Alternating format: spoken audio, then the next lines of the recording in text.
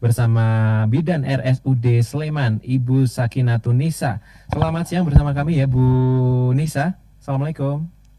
Waalaikumsalam. Kabar sehat Bu Nisa? Alhamdulillah Mas Panji sehat. Baik, ini Bu Nisa, gini setengah jam ke depan kita akan memberikan sedikit informasi terkait karena memang kita sedang ada yang namanya dalam rangka Hari Bidan Nasional 2025 dan kesempatan hari ini dengan tema waspadai hipertensi dalam kehamilan. Nah, sudah dalam kehamilan ini bahkan banyak sekali mungkin istilahnya itu masalah-masalah dalam kehamilan. Salah satunya adalah hipertensi. Biasanya di apa ya namanya di terjadi dalam usia kehamilan muda begitu ya, atau kehamilan pertama begitu, yang mungkin ibu-ibu sedang hamil ini ataukah banyak pikiran atau apa. Nah, ini penyebabnya atau seperti apa cara menanggulanginya seperti apa. Nah, silakan sebelum kita langsung ke topik, Bu Nisa untuk memperkenalkan diri dulu kepada pendengar. Baik, terima kasih untuk pendengar RRI semua dan juga Mitra Sehat RSUD Sleman. Perkenalkan, saya Sakinatun Nisa, ya biasanya dipanggil Bidanisa kalau nama kerennya di RSUD ya. Nanti Bunda Mitra Sehat RSUD Sleman dan pendengar RRI semua bisa ketemu nanti dengan saya kalau periksa di Poliklinik Kebidanan dan Kandungan di RSUD Sleman. Nah, Mas Panji, kita masuk ke materi ya. Karena ternyata salah satu penyebab angka kematian ibu secara dunia ya dari WHO itu salah satunya memang hipertensi dalam kehamilan. Nah, kadang orang itu nggak merasa kalau dia ada keluhan hipertensi, tahu-tahu saat periksa ternyata tensinya atau tekanan darahnya tinggi. Nah, itu yang makanya kita mengangkat tema nih, waspadai hipertensi dan dalam kehamilan, karena memang ternyata sepenting itu gitu Mas. Jadi nggak cuman pikiran aja, ternyata hipertensi ini berpengaruh kepada ibu dan mungkin calon anak begitu ya. Betul sekali, iya betul sekali Mas. Nah, terkait hipertensi dalam kehamilan nih, apa saja sih Bu Nisa ini, kenapa seorang ibu hamil ini mengalami hipertensi ini, gejalanya seperti apa dan penyebabnya seperti apa biasanya nih Bu Nisa? Ya. Untuk hipertensi sendiri ini kan kenaikan tekanan darah ya Mas. Kalau untuk ibu hamil itu di atas 140/90. Jadi ketika ibu hamil itu tensinya sudah naik, sistolnya di atas 140, kemudian yang diastol atau tekanan darah yang bawah itu di atas 90, itu sudah kita katakan bahwa ibu hamil tersebut mengalami hipertensi. Nah, kenapa kok bisa terjadi nih pada ibu hamil?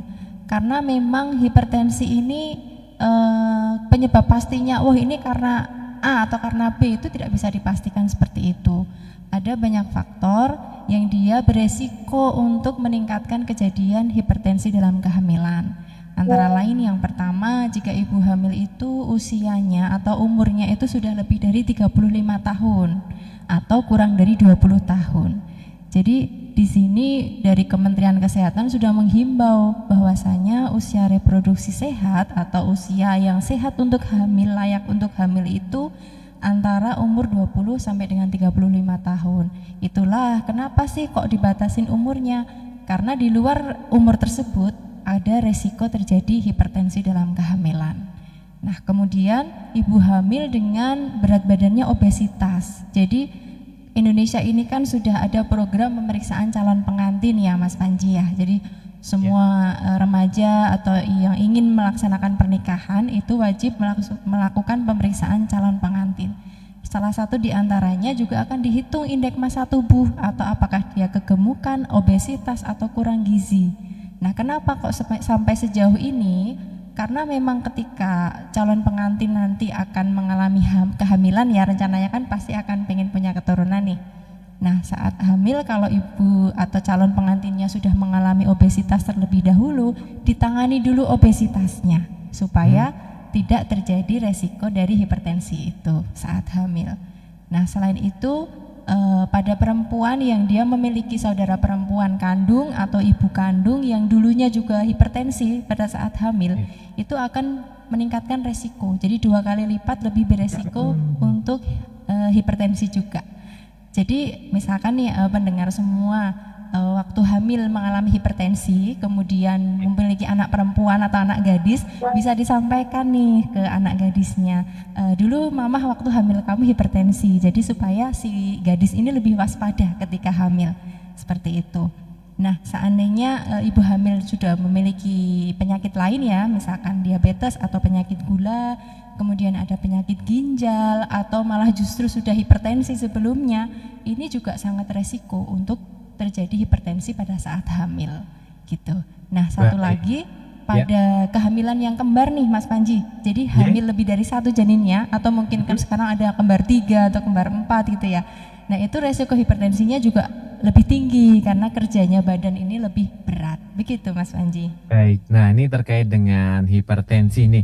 Mungkin sebagian masyarakat tidak memiliki alat tensi begitu ya, Bu Dan ya. Iya. Nah, ini terkait dengan apa ya, gejala-gejalanya nih, karena mungkin tidak memiliki alat tensi dan mungkin ternyata di kondisinya itu memiliki hipertensi. Nah, ini gejalanya ini seperti apa ini, Bu Bidan? Ataukah Iya. pusing atau merasa lemas, itu seperti apa ini, Bu Bidan? Untuk apa namanya, kita bisa Mengenali gitu ya. gitu, iya, mengenali.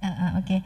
Jadi supaya ibu hamil ini mengenali gimana sih cara ciri-cirinya kalau saya menderita hipertensi gitu ya.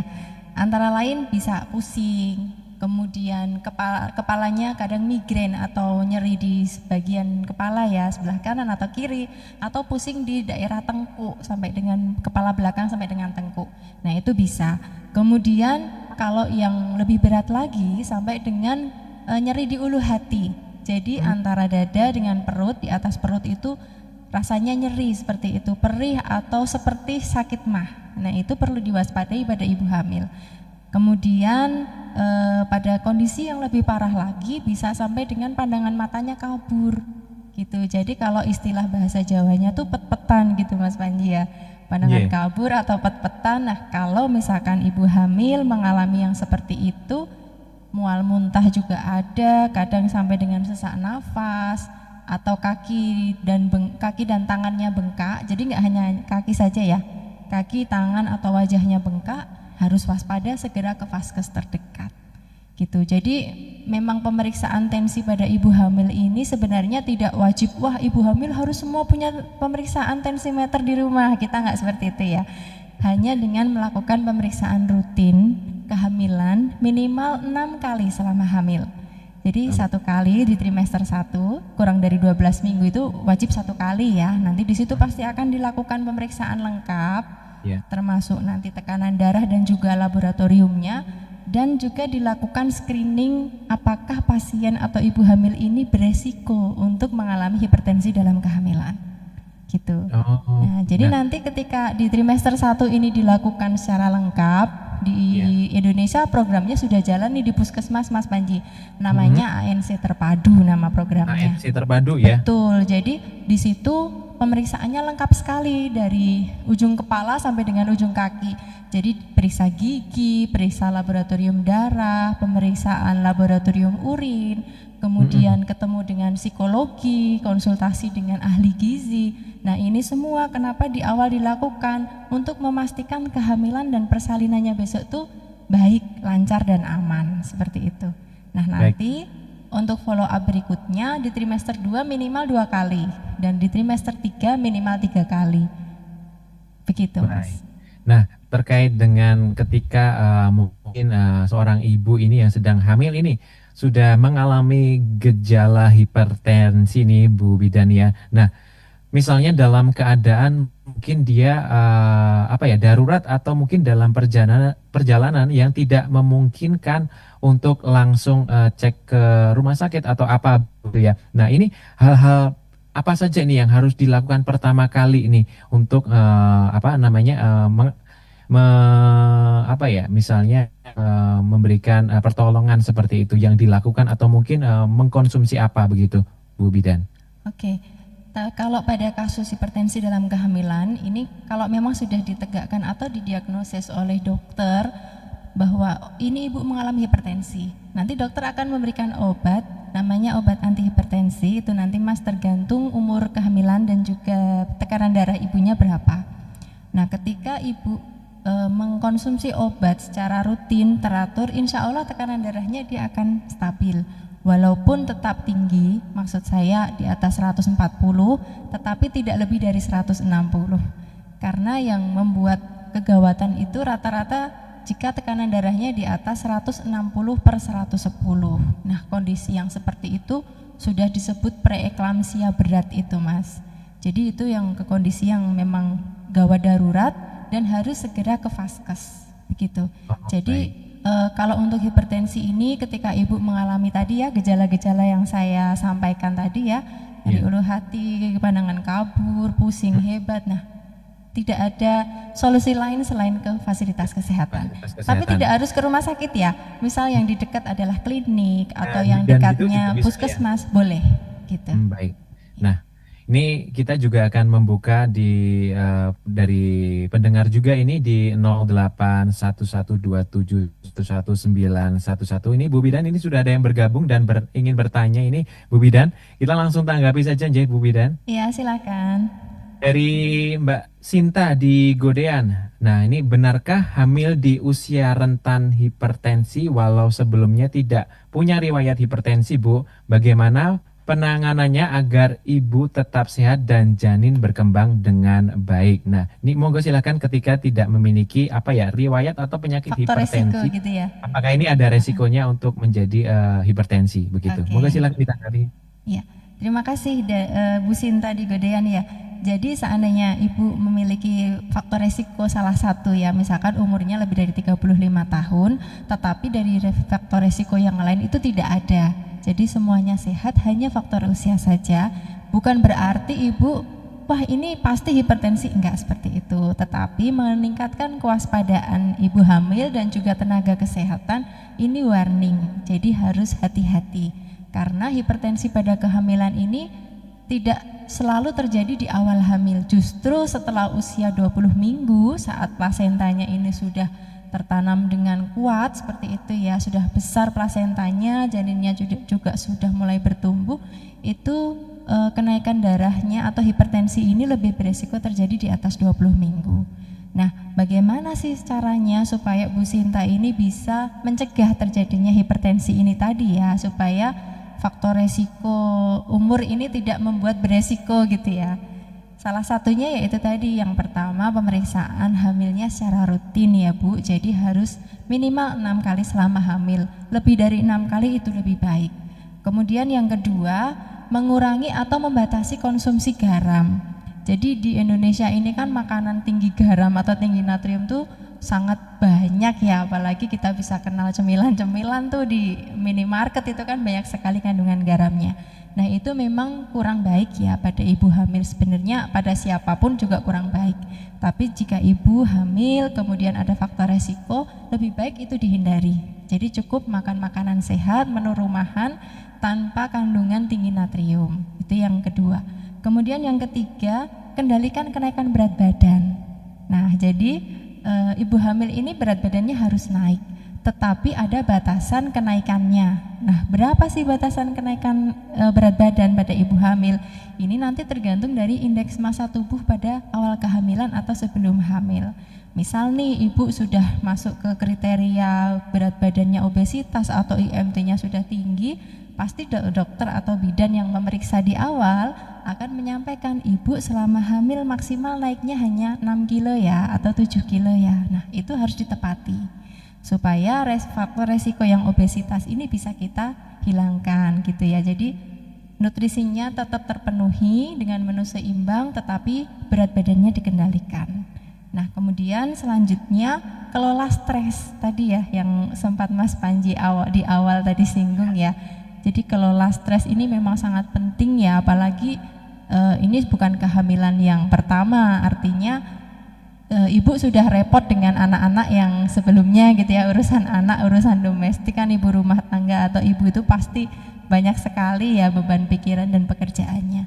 Tetapi harus dikelola stresnya supaya tidak membuat beban pikiran sehingga bisa beresiko hipertensi juga. Dan cukupi istirahat. Saya kira itu insya Allah kalau diterapkan bisa kita hindari kok hipertensinya gitu. Baik, ini juga ada yang ingin bertanya ini Yang kedua dari 08121 sekian-sekian dari Mbak Lulu di Pakuningrat. Ya. Ketika seorang ibu hamil dengan riwayat hipertensi, apakah nanti ada efek samping ke janinnya atau mungkin yang sudah memiliki dalam gejala ini, dalam kasus ini dia sudah dinyatakan hipertensi. Nah, apa efek sampingnya ke janinnya begitu, Bu Bidan? Nisa, monggo silahkan ditanggapi. Oke, untuk Mbak Lulu ya. Jadi hipertensi pada ibu hamil ini kalau tidak ditangani atau dikelola dengan baik, efeknya bisa banyak ya Bu untuk ke janin. Yang pertama, pertumbuhan janinnya terhambat. Loh, kenapa Bu kok bisa terhambat ininya, pertumbuhan janinnya? Karena memang aliran darah dari ibu ke bayi yang melalui plasenta dan tali pusat itu tidak lancar. Jadi jantung kita memompa dengan berat, mengakibatkan tekanan darah kita naik, dan itu yang alirannya tidak lancar sehingga bayi kita kekurangan nutrisi gitu. Jadi rata-rata pada ibu hamil dengan hipertensi yang tidak dikelola dengan baik bisa bayinya itu kecil, lebih kecil daripada usia seharusnya. Jadi harus dipantau ya Bu, setiap pemeriksaan pasti akan dilakukan pengukuran taksiran berat janin. Nah, itu ketika nanti sudah disimpulkan atau diketahui atau dicurigai berat badan bayinya itu kecil, ini harus bisa periksa lebih lengkap untuk melakukan USG gitu ya, untuk memastikan taksiran berat janinnya. Itu. Kemudian itu yang pertama ya, pertumbuhan janin yang terhambat. Yang kedua, kalau tensi atau tekanan darah ini nanti tidak terkontrol, terutama mendekati di trimester 3 akhir atau lebih dari 32 minggu, ada resiko kelahiran prematur atau melahirkan lebih awal dari seharusnya. Loh, kenapa kok beresiko prematur? Karena kalau nanti tekanan darahnya tidak bisa dikendalikan dengan obat, maka dokter akan mengambil keputusan ini harus dilahirkan janinnya, gitu. Jadi kondisi hipertensi dalam kehamilan atau preeklamsi ini kan karena hamilnya. Harapannya ketika hamilnya diakhiri atau dilahirkan bayinya, tekanan darah ibu akan turun mendekati ke normal lagi, begitu. Nah, yang ketiga, kalau memang tidak terkontrol lagi, tidak terkendali lagi, tidak tertata laksana dengan baik, bisa sampai paling buruk adalah kematian janin, gitu. Jadi resiko ke janin kurang lebih itu ada 4 ya.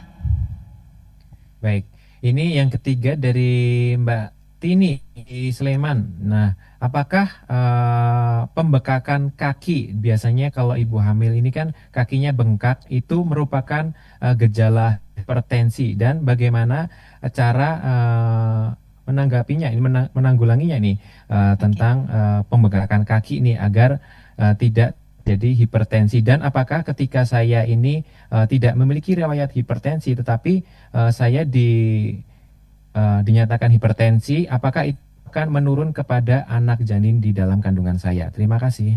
Oke. Coba silakan Bu Bidan ditanggapi. Ya, untuk Bu Tini ya, tadi pertanyaan tentang bengkak kaki. Jadi memang bengkak pada ibu hamil itu untuk di bagian kaki ini sering terjadi atau sering dialami apalagi pada ibu yang bekerja ya.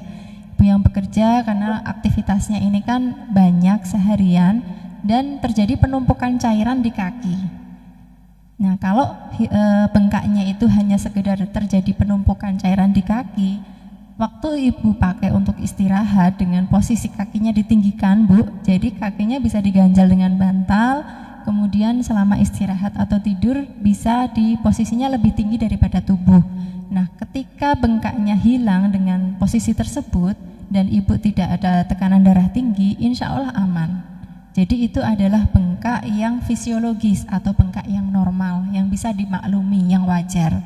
Tetapi pada kondisi hipertensi ini, bengkak yang dialami adalah bengkak menetap atau bahkan sampai dengan kaki dan wajah.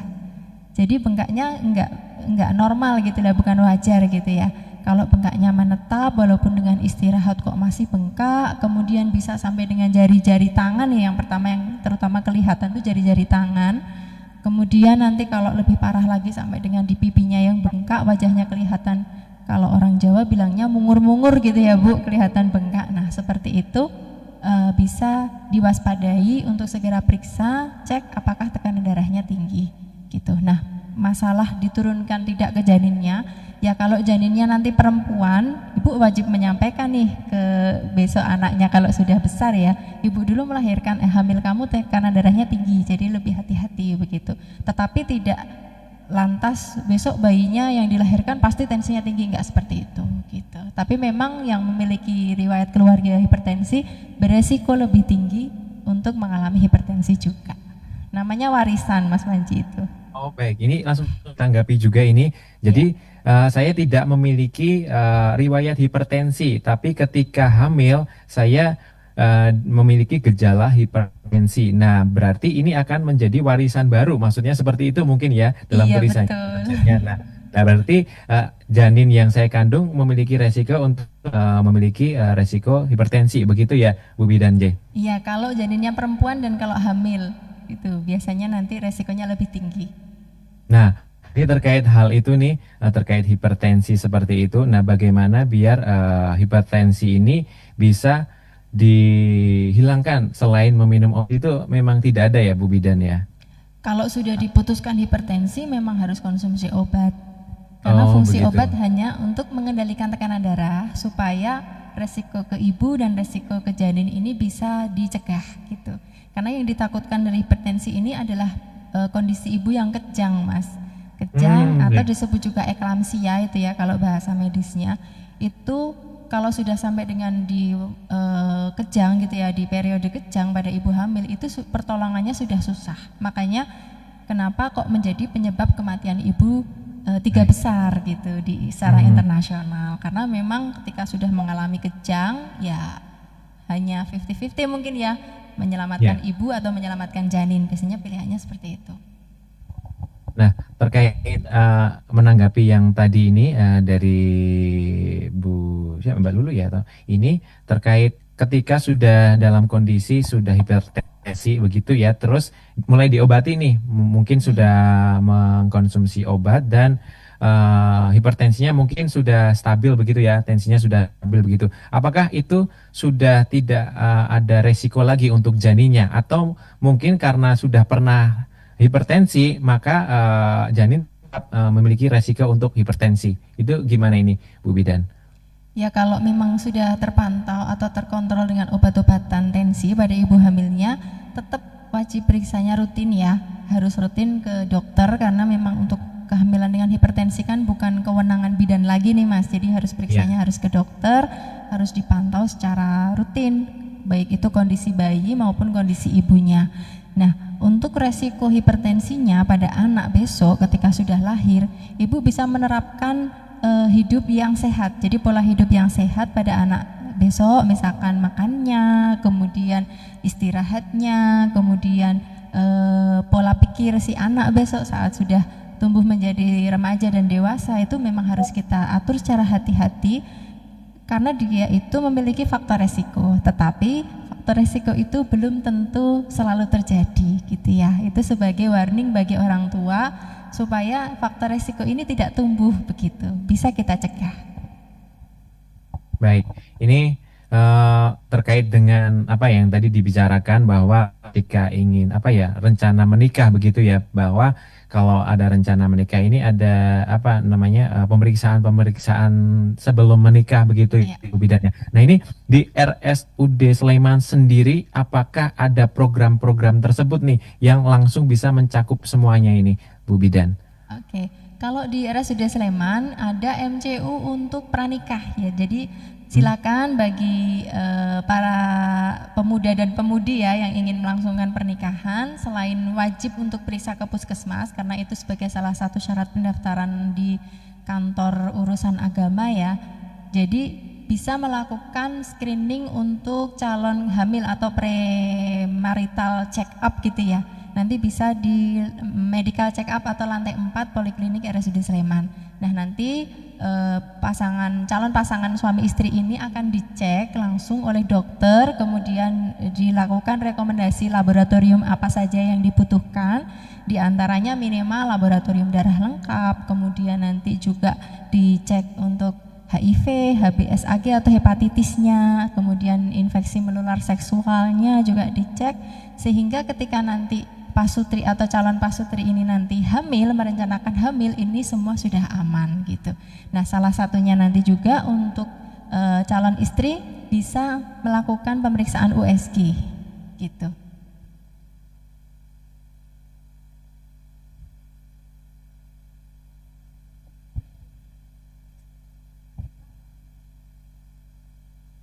Iya. Oke, karena sudah cukup ya pembahasan kita mengenai hipertensi dalam kehamilan. Waspadai tetap bagi ibu-ibu hamil walaupun kondisinya semua sehat, tetapi kita harus kenal bahwa hipertensi ini bisa dialami oleh siapa saja, terutama ibu-ibu hamil yang memiliki faktor resiko yang seperti tadi sudah kami sebutkan gitu ya. Jadi bagi ibu hamil yang sudah terlanjur mengalami hipertensi, tetap tenang, lakukan pemeriksaan rutin sesuai dengan jadwal, kenali tanda-tanda gejala atau sesuatu yang parah untuk hipertensi atau deteksi dini gejala-gejala awal masalah pada hipertensi, sehingga jika bunda semua mengalami seperti itu langsung menuju ke vaskes terdekat gitu ya. RSUD Sleman adalah rumah sakit Ponek yang melayani kesehatan ibu dan juga anak, kesehatan maternal dan neonatal 24 jam. Sehingga instalasi gawat darurat kami membuka layanan bagi ibu hamil yang mengalami hipertensi dalam kehamilan 24 jam. Jangan ragu untuk memilih RSUD Sleman sebagai tempat fasilitas pelayanan kesehatan Anda. Terima kasih, cukup sekian dari saya. Assalamualaikum warahmatullahi wabarakatuh.